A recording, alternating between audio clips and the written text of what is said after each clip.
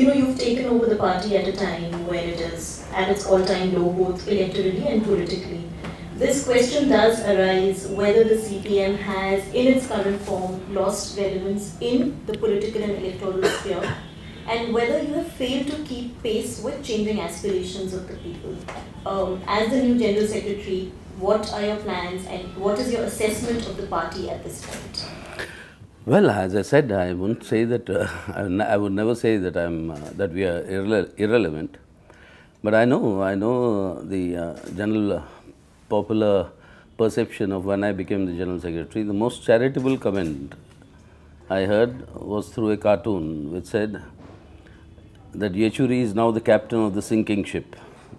So that was the sort of a thing that, yes, it is very difficult times for the left.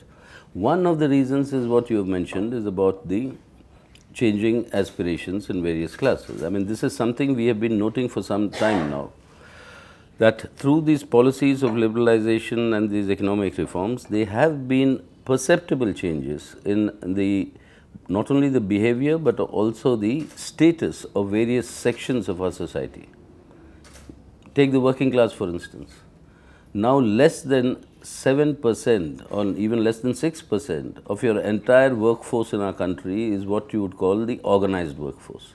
That is, workforce which have trade union rights. All of you, I'm sure, are on contract, so there's no question of any rights of that thing. Collective bargaining, the rights, I mean, what you're thinking. And at least for over a decade now, the journalists have come and stopped asking me about their wage board.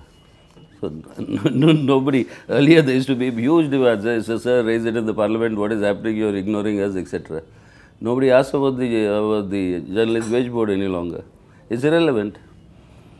So what is happening? You are fragmenting the workforce into contract, casual, temporary, daily, and all these things, and you are removing them from the orbit of what is called collective bargaining.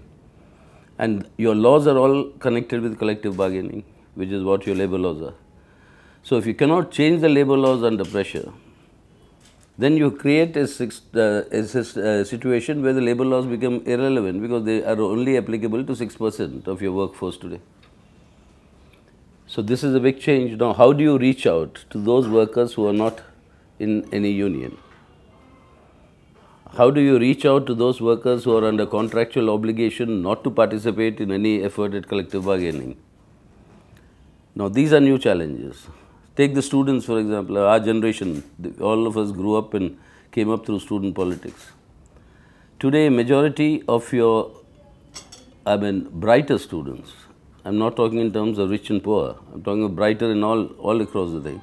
All of them are in private educational institutions, where students' unions and students' associations are all just prohibited.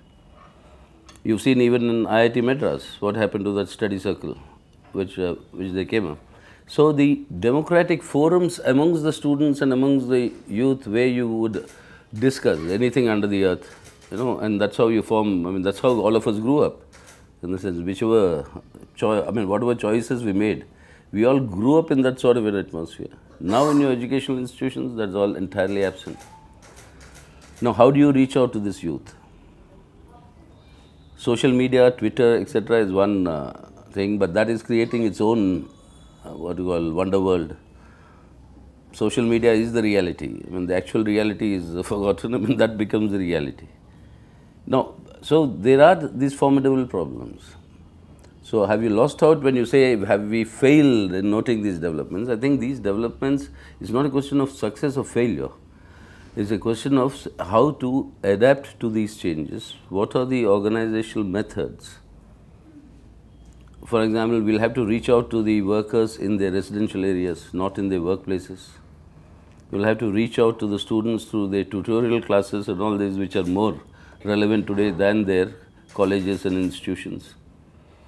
So these are the organizational changes which need to be done, and precisely this is one of the main reasons why we have decided to do a plenum on organizational matters. That is due in December.